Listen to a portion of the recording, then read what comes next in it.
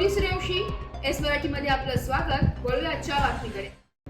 लवकरात लवकर यांनी या लोकांना मर्यादा लावा. यांचं जे काय आहे ते दाखवा की ती यांची जमीन नसून ती शासनाची आहे आणि यांच्या अंगात यांचं हे आणि ह्या सनातनला या यज्ञभूमीला यांनी ठेस पोहोचू नये. जे काही इकडे जे अतिक्रमण झालेलं असेल ते त्वरित हटवावं. जर हे हटवत नसेल तर सगळ्याच्या सगळं अतिक्रमण त्वरित हटवलं जावं. जर माझं 1 मिनिट असेल किंवा 2 मिनिटं काय जे दिसत असेल पहिला भोकरदन तालुक्यातील खातगाव येथे एक शासकीय गायरानातील बेकायदेशीर निकषीकरण करण्याची मागणी गेल्या 3 वर्षांपासून प्रशासनाकडे पाठपुरावा करत आहे.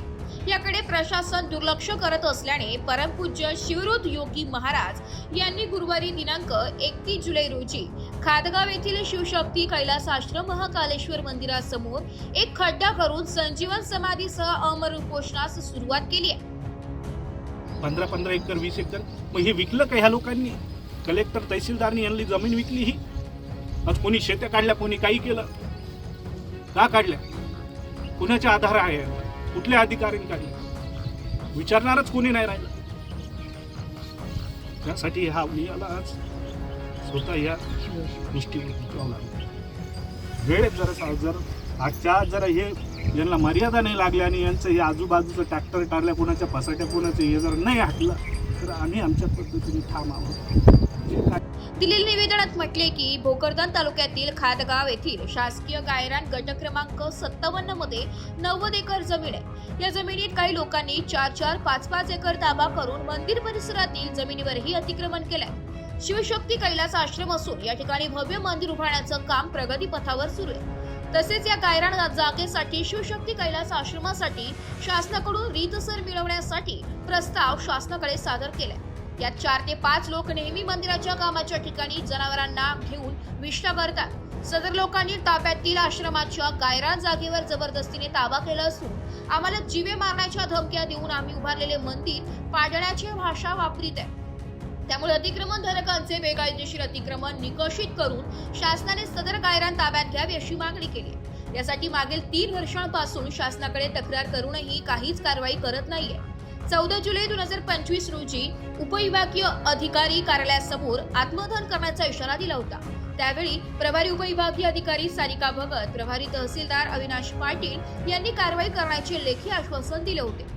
15 दिवस होऊनही महसूल प्रशासन काहीच कारवाई करत नसल्याने त्या लोकांची दादागिरी वाढली आहे. त्यामुळे खातगाव येथील शिवशक्ती कैलास आश्रम महाकालेश्वर मंदिरासमोर सहसंजीवन समाधीसह अमर उपोषणाला शिवरुद्र योगी महाराज यांनी सुरू केले. एकर पर्यंत अतिक्रमण करतो का? डोळे लावतात प्रशासन आणि हे अधिकारी, हे कलेक्टर तहसीलदार का आजपर्यंत 3 वर्षापासून कुठं मर्यादाही लागल्या नाही. मग माझं एकच म्हणणं आहे की बघा, एक तर आता हे लिगली आहे, हे 2 गुंठ्यावरती हे मंदिराचं निर्माण चालू आहे, बरोबर आहे. जर मला एक म्हणायचं माझं अवंतर याच्याशिवाय दुसरं अतिक्रमण नाहीये, हा, तर तुम्ही ह्या लोकांना मर्यादा लावायची. 3 एकर ह्या लोकांनी जे 15-20 एकर आवरलेलं ठीक आहे, मला काही म्हणायचं नाही, आवरू द्या. परंतु त्या 3 एकरामध्ये जे हे लोकांचं येत आहे यांना कुठंतरी ते मर्यादा लावा, त्यांच्यापर्यंत ते त्यांच्या अंगणात टाकावं.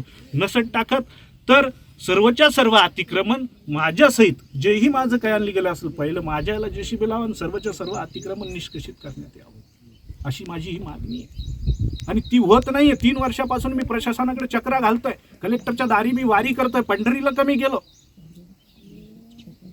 पण यांच्याकडे एवढे चक्रा मारल्या परंतु आजपर्यंत हे नाही झालं. जर आमच्यासारख्या महात्म्याला ही वेळ येत असेल तर साधारण काय होणार?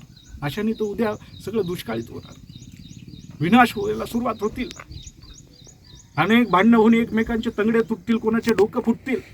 वेळे जरा प्रशासन जागा होत नसेल तर काय करणार?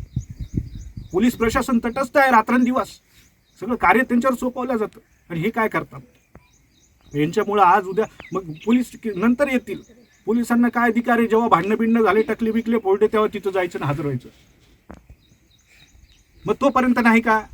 जोपर्यंत मृत्यू किंवा कोणाचा प्राण जात नाही तोपर्यंत प्रशासन किंवा हे कलेक्टर किंवा तहसीलदार हे काय हे घेत नाही. आम्ही 14 तारखेला यांनी आम्हाला आश्वासन दिलं होतं, SDO मॅडम सारिका भगत आणि प्रभारी तो तहसीलदार अविनाश पाटील. 15 दिवस उलटून गेले, नाही केलं. म्हणून आज साहेब आम्हाला आज आम्ही जी समाधीचा बेक आखला होता आम्ही समाधीत आज घेत नाहीये, कारण की ती नियमाच्या विरोधात आणि नियमाच्या विरोधात आम्ही कुठलंही कार्य करत नाही. जर करायचं असतं तर आजपर्यंत अख्खे नागा किंवा अख्खे साधू येऊन सगळे हे झालं असतं इथं विनाश. परंतु ते केलं नाही नियमानुसारच. म्हणून आम्ही आज आमचं आमरण उपोषणासहित आमच्या तप अनुष्ठान आम्ही जारी ठेवतो. वेळेत जर ह्या लोकांनी यांना मर्यादा नाही लावल्या किंवा अतिक्रमण जर निष्कासित नाही केलं तर आम्ही आमचं तोपर्यंत आम्ही आमच्या याच्यात राहू. मग जर संजीवन समाधी लागली तर जिम्मेदार कलेक्टर आणि हे लोक राहतील. प्रत्येक गोष्टीला मर्यादा असणं महत्वाचं आहे. वस्तू असो स्थिती असो मर्यादा अत्यंत आवश्यक आहे. एस मराठी न्यूज साठी अमोल शिंदे, भोकरदन. अशाच नवीन ताज्या घडामोडी जाणून घेण्यासाठी आमच्या एस मराठी न्यूज चॅनलला लाईक करा, शेअर करा, सबस्क्राईब करा आणि बेल आयकॉनला क्लिक करायला विसरू नका.